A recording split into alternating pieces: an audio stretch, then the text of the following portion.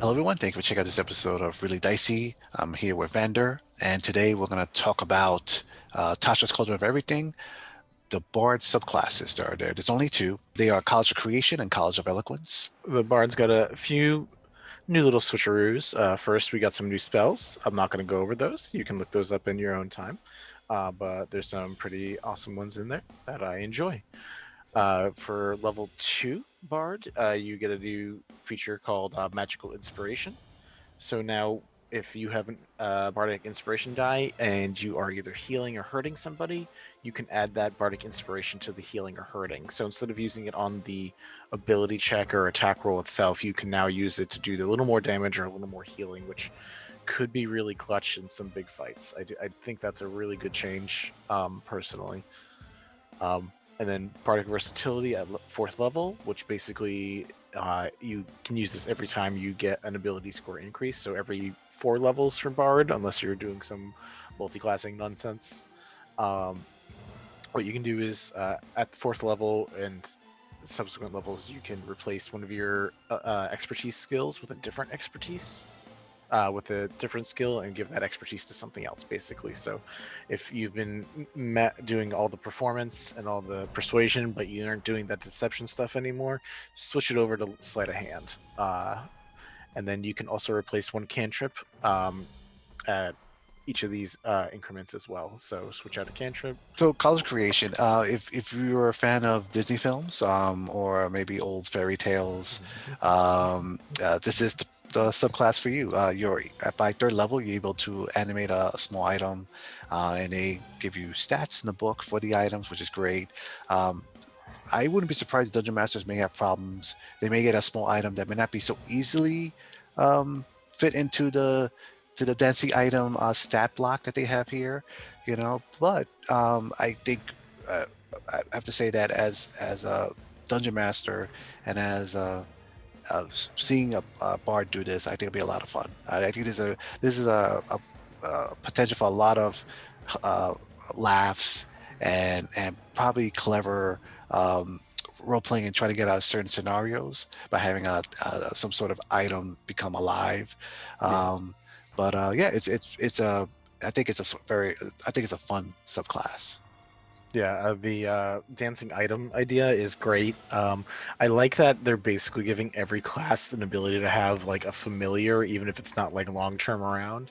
And dancing item, I think, fits this type of bard really, really well, and it's nice to have. Um, Also, performance of creation, the third level capability besides the mode of potential, where you can channel magic to make a non magical item.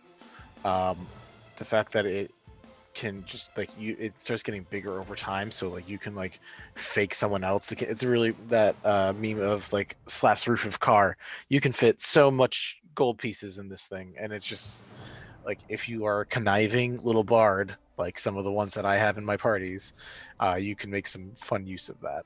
College of Eloquence, if you don't want to deal with music so much, and maybe theater and oratory might be something you're interested in playing, that is the subclass to try out.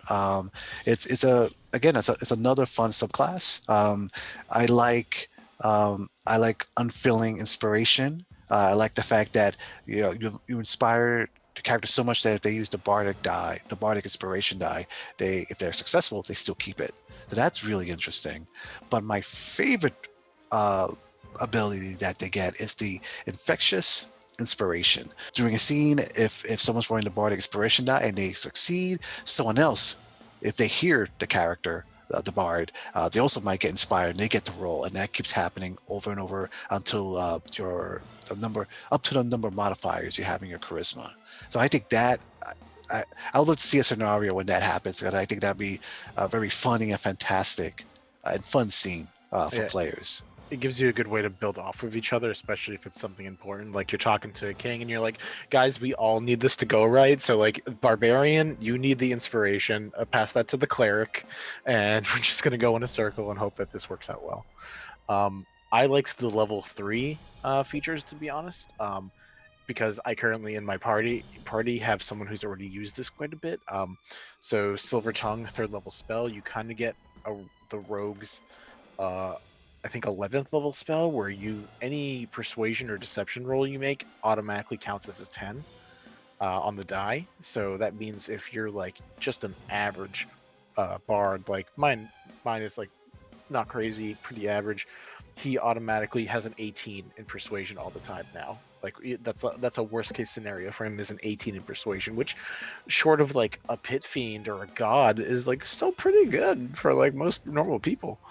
And also, unsettling words I liked a lot because you can actually use your bardic inspiration instead of doing it with attacks, which I forget which class let you do that before, but now you can do it with saving throws where you can subtract the inspiration die from it. So if you really need a big boss to fail, or even just a small situation where you need someone to fail, this could come in really clutch for a lot of players in a lot of situations. Hmm. So I thought these two subclasses were a lot of fun. Not I don't have any strong criticism for them, but viewers, do you have any strong criticisms for these subclasses? Let us know what you think in the comments below. And of course, like, subscribe, help support this channel, and be safe out there. Have a good day. See ya.